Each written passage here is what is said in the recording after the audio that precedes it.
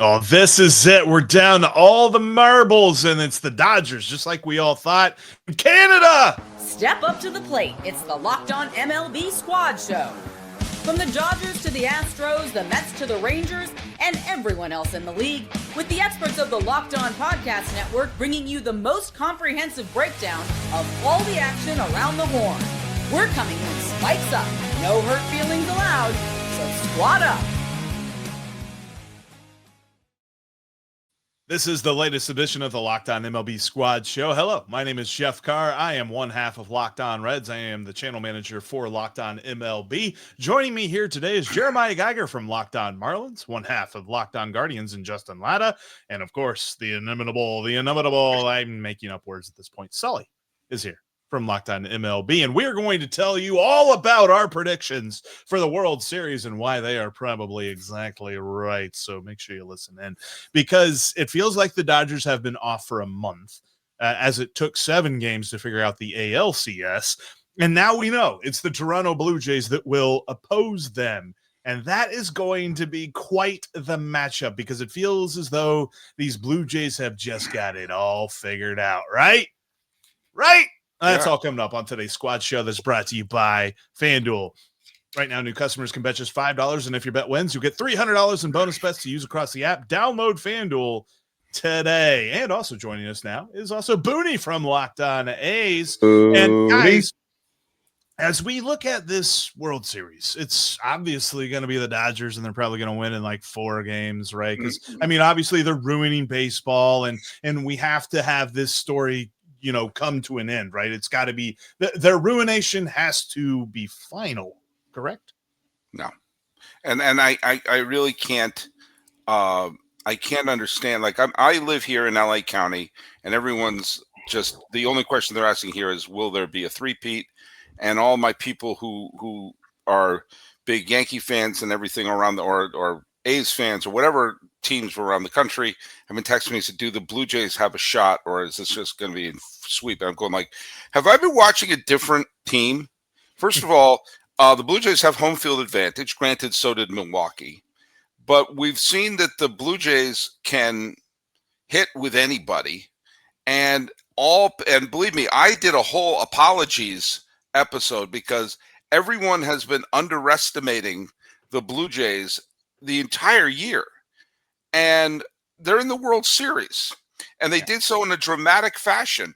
And they're probably not going to throw to the wrong base to end a series. They're probably going to score more than 4 runs the entire series like Milwaukee did.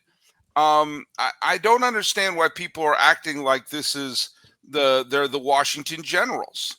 I mean, to your point, like Ernie Clement had more hits in the ALCS than the Brewers did as a team in the NLCS. So there was a period of time in the Game 4, which I attended, where Shohei Ohtani had as many home runs in that game as the Brewers had runs in their entire series.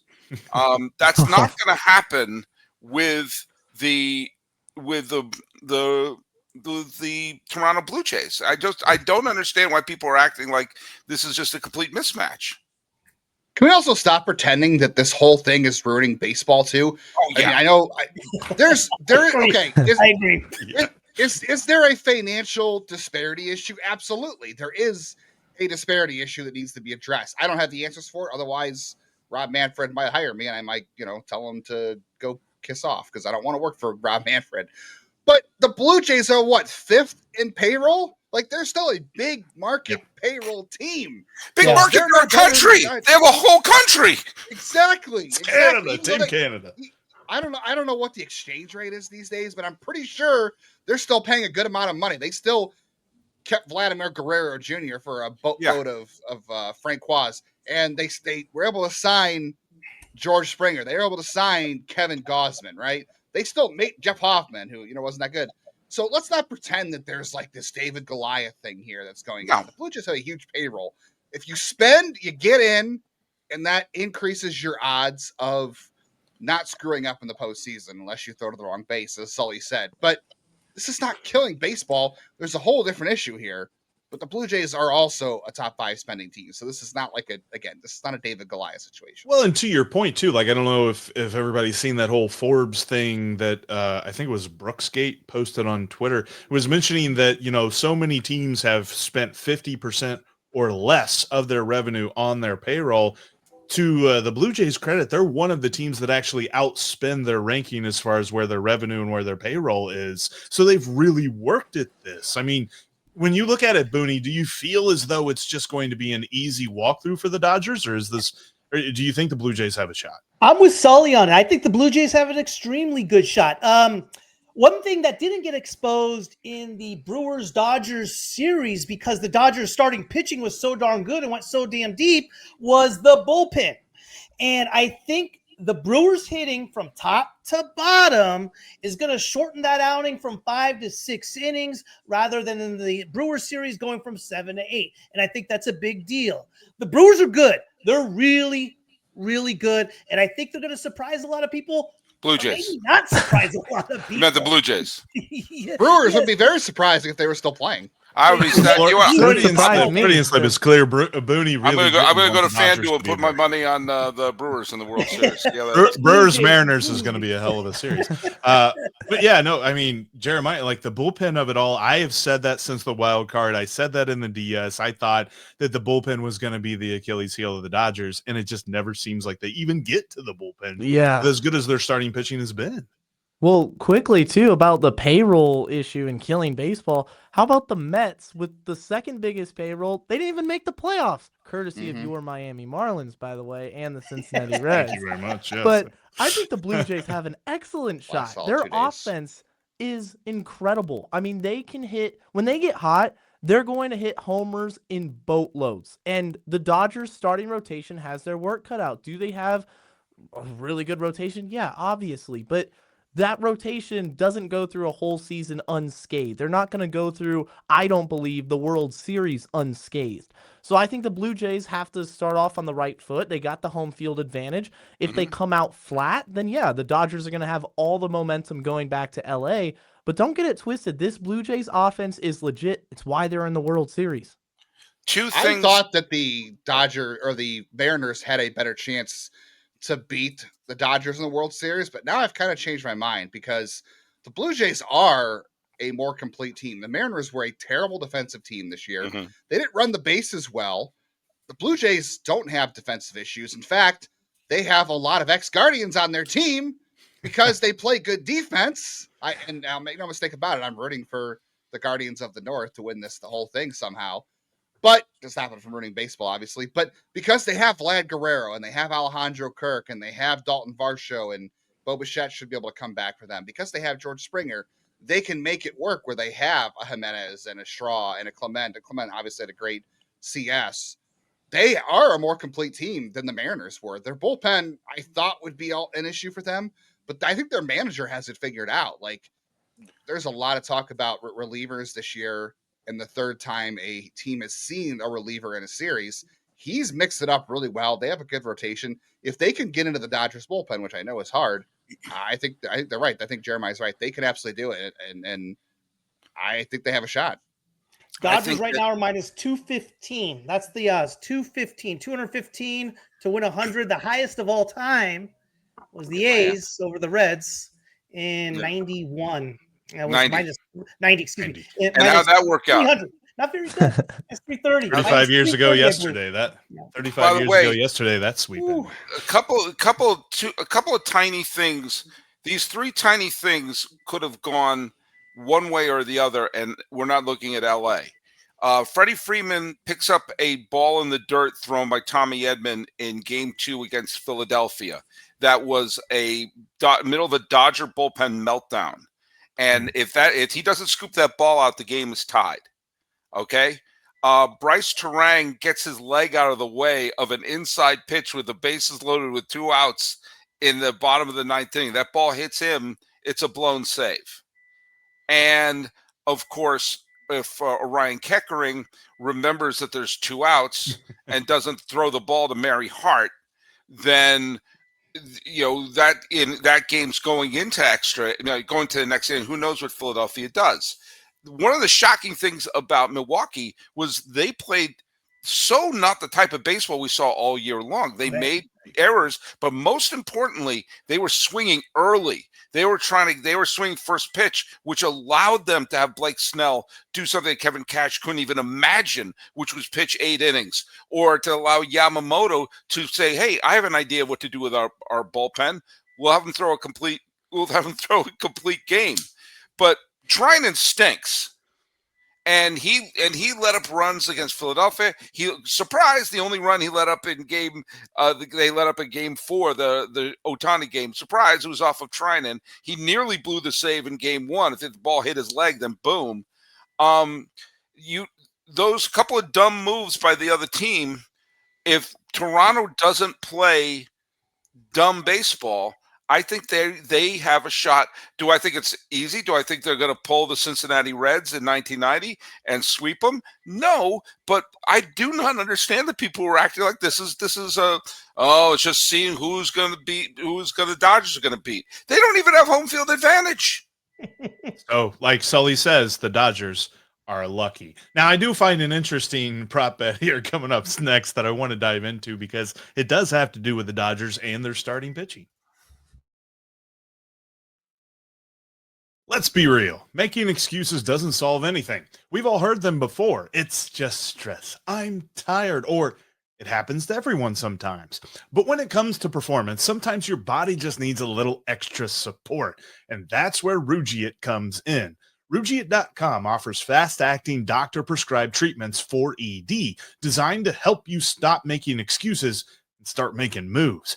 Rugiet makes it easy to get started. You just connect with board-certified doctor 100% online. No awkward waiting rooms, no in-person appointments. If prescribed, your treatment ships discreetly straight to your door. The process is fast, simple, and private, and it's all handled by real doctors. Visit rugiet.com/LockedOnMLB and get 15% off your first order. That's rugiet.com/LockedOnMLB. And don't forget to use our code LockedOnMLB so they know that we sent you. Rugiet, stop making excuses and start making moves.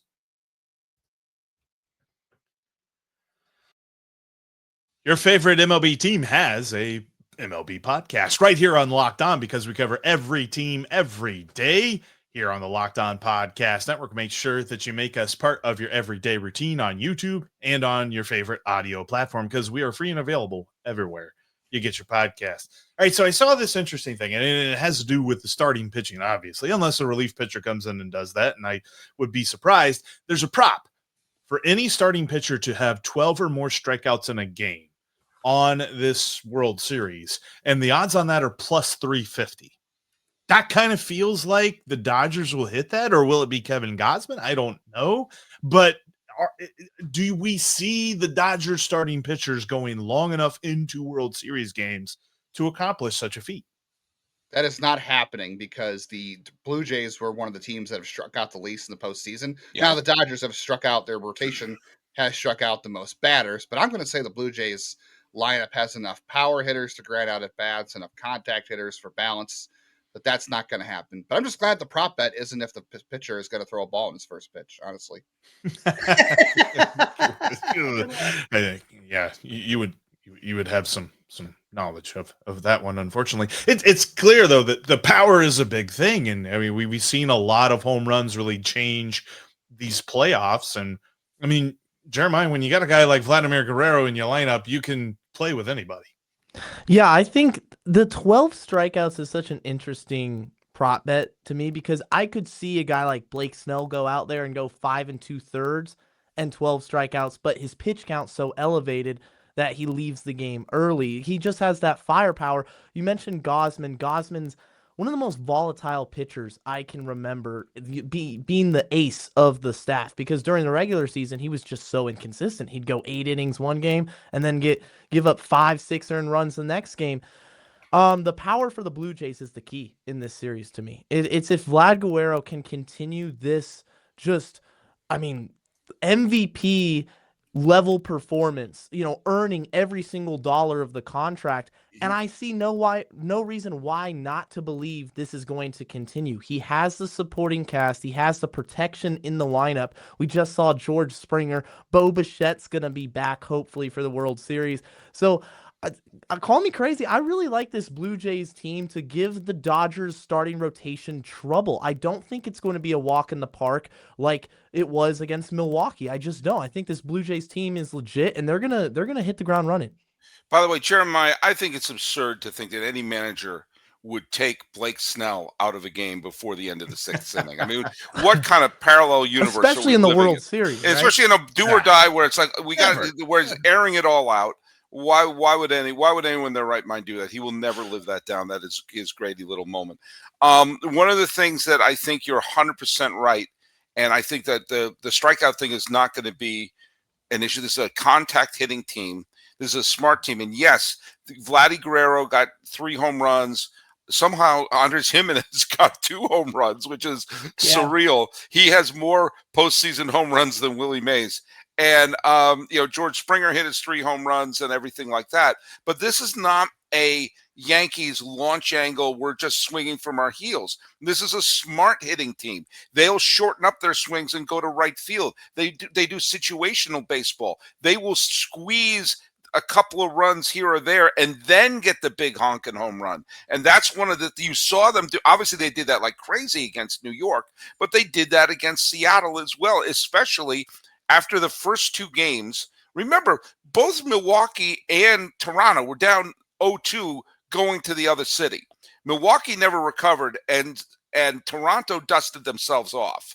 And you saw that from when they had the 13-2 or 13-4. Sorry, they had that game where they fell behind early. Everyone in Seattle is throwing their Starbucks in the air, and then it wasn't just the Springer home run.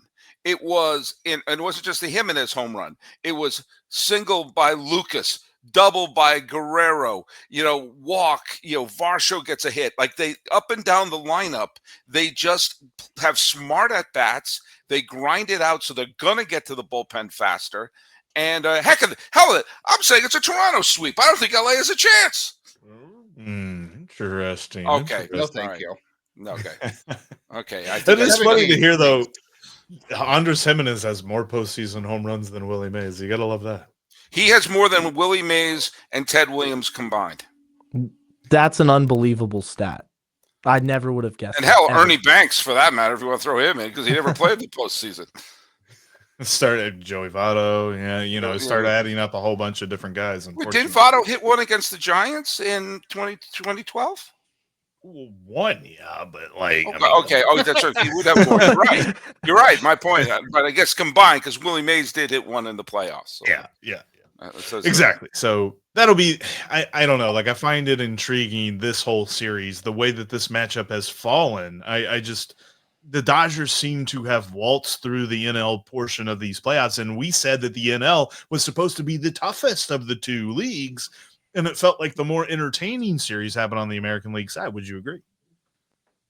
Well, I can tell you, I went to a hell of an entertaining game at Dodger Stadium when I saw Shohei Ohtani hit 3 home runs and pitch 6 shutout innings. Okay. Under the entertaining quality, maybe closer. I think the postseason has had 4 really, or I think 5 really great games. I think the first game, the game where Crochet beat the Yankees at Yankee Stadium was a great game. Obviously, the final game between Seattle and Detroit, that was just an all-time game. Yeah. I thought the Orion Keckering game, and I hate that that's what it's called, but that was a really amazing game. The final game between Toronto and Seattle, Game 7, was terrific. And then, of course, you have Ohtani having the greatest individual performance in the history of the postseason. Those are 5 really memorable games. That maybe 4 because I'm leaning one that the one Red Sox win, but that was a hell of a game.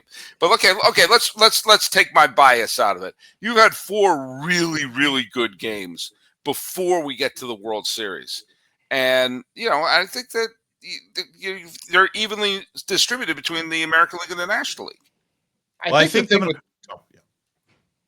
I was just going to say, I think the reason that you haven't seen the NL as competitive is because the Dodgers are a veteran team that has turned it on the postseason. Normally, it's very dangerous to be a team that, obviously, that they won enough games to win their division, and their division's not weak by any means, but they were not the top seed overall in the playoffs. They didn't get a first round bye at all, but they've turned it on in October. And that's because they have a group of guys in this team, the Freddie Freemans that have been there before, the Mookie Bettses, now it's Ohtani there. They have all these guys in this roster that have been there a couple times now throughout their time with the Dodgers, their teams. They can turn it on in October, and that's what they've done. They have moved into October mode. That's what they've been playing for all year. So that's why I feel like they haven't had any pushback.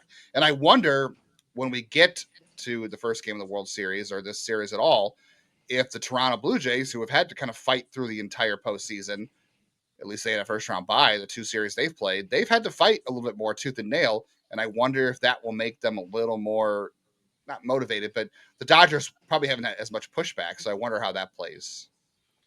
Let's go around the horn and make our predictions coming up next. There's still time to get in on this great introductory offer over on FanDuel. I know that we're in the middle of football season and all that stuff, but of course the World Series is starting on Friday night, and we've got the odds for the series winner.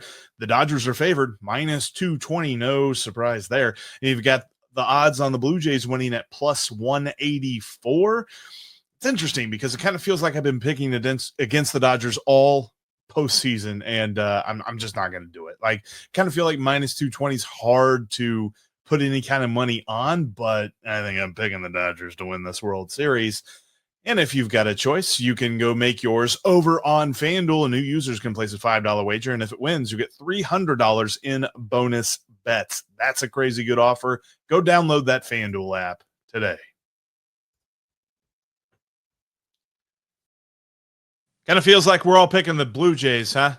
I don't know there, Jeremiah. What do you think?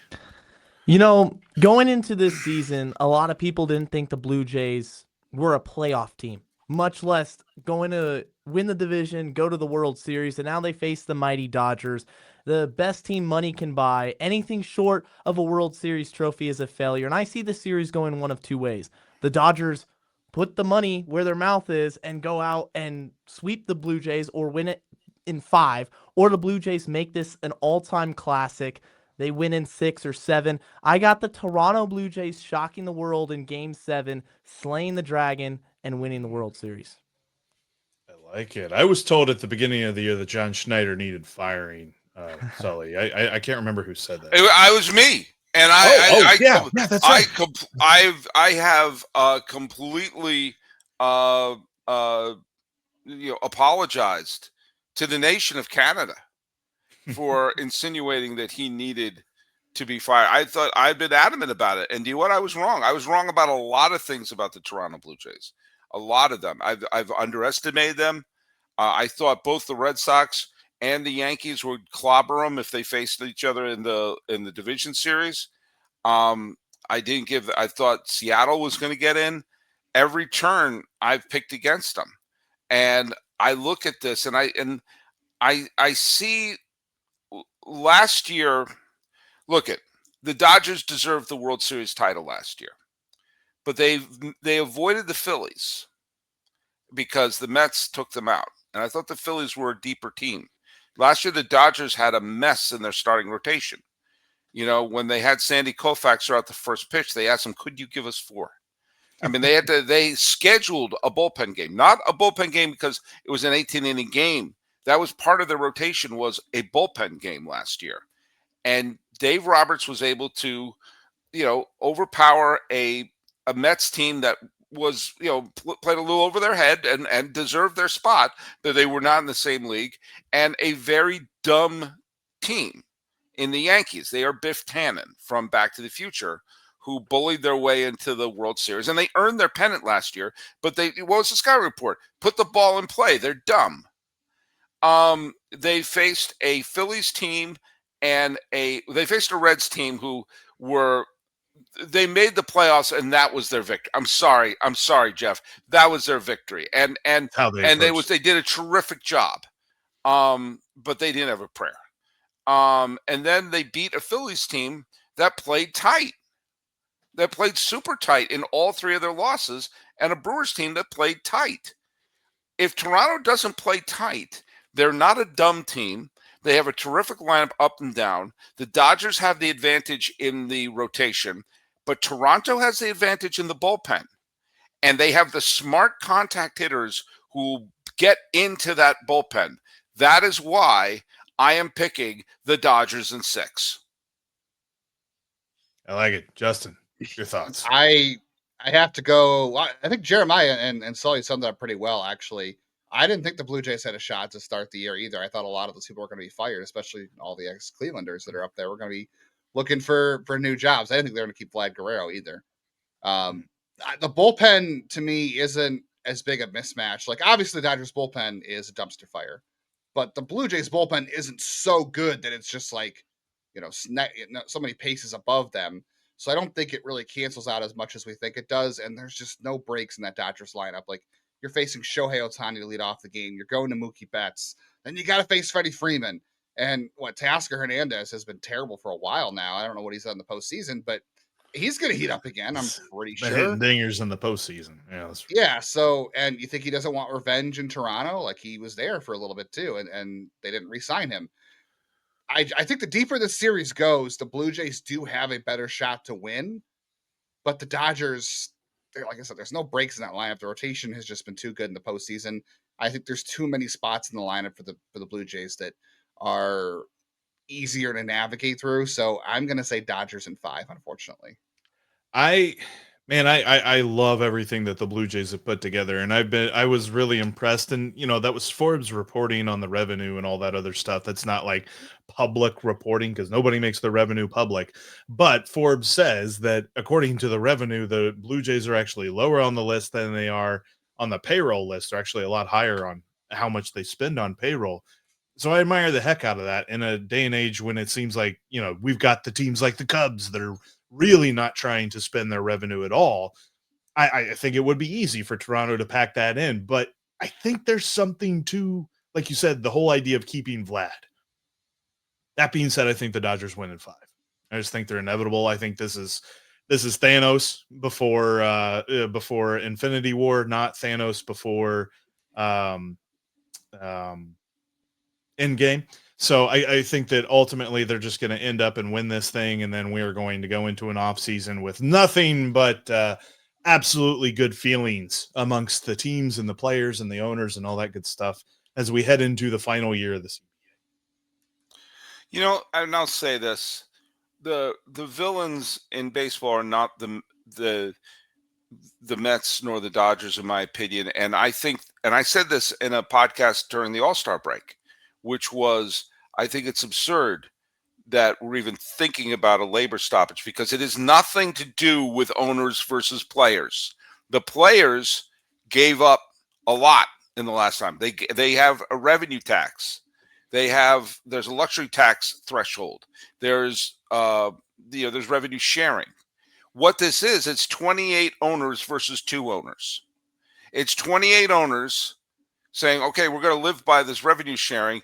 And the Mets and the Dodgers say, we don't care. We're just going to do whatever we want.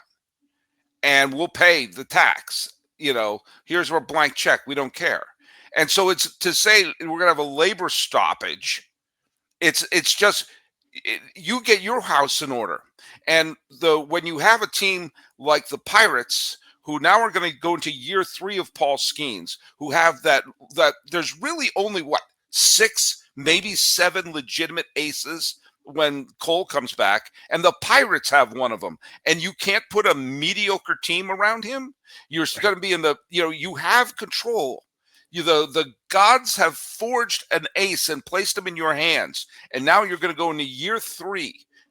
You had first year, okay, fine. It's a surprise. Second year, there's no excuse that you don't have a major league team around them. Next year, if they don't, they're the problem. And there should be, forget a salary cap. No one can show me evidence that salary caps would create more parity. How much more parity do you want in baseball with a number of repeats? Championships don't exist. We've had every team win at least one playoff game since... since 2010? Is that what I mean? It's game like or series. This I know game, one at of the least past one ones. game. Have a win in that time because I don't know if they do. Who? The Angels. They lost the Royals in 2015. I don't know. Okay, so the last time the Angels won a playoff game was 2009. But we know that's a small market. I mean, you want to talk about a team that's ruining baseball? Minded they had Ohtani and Trout, and they couldn't win, make a single playoff series. They couldn't reach 500. Yeah, so that's ruining baseball. A salary floor and some sort of accountability of revenue sharing. If you're taking the revenue sharing and you're pocketing it, you're the problem in baseball. There has to be accounting. I said this when we got our relief money because we had the huge fires here in Pasadena in January, and the schools, because a couple of schools in our district burnt down, we got relief money for our classroom. It was like $500, and we had to account for every dollar that we received. This is how we spent it on our classroom. We had to spend all $500, but we had to show I wasn't going to Starbucks. This goes to this thing. These go to the pens. This goes for a wagon that we need to bring supplies to our classroom. We need to do that, and there has to be a public audit. Here's the revenue sharing. How did you put that into either re-signing your players, international free agents, or acquiring new players? And if a dime of that isn't going to those three things, guess what? You have to give it all back. Mm-hmm. I like that because then you're also, I mean, especially teams that have public money for stadiums, like there's absolutely no reason for that stuff to be hidden from the public at that point. So I lose their share of revenue sharing because of that. I think they were threatened to. I think that was like a threat, but I don't think that actually happened. Because I remember that being like something with the Coliseum, and now it's all different. I know, Sully, you know a lot more about that than I do. But I remember that they had to spend so much on their salary this year. Yeah. Or they would lose the revenue sharing. And that's why they ended up with Luis Severino, who loves Weird how that worked. They were threatened with that, and all of a sudden they started spending. Maybe Rob Manfred should follow through on that a little bit more. Yeah. I think so. And I think that's a great spot to end it. So looking forward to this World Series and, of course, the offseason as well. Got you all covered here on Locked On MLB and with Locked On Guardians, Locked On Marlins, Locked On A's, and Locked On Reds, and all of your favorite teams in between, because we are all part of the Locked On Podcast Network, your team every day.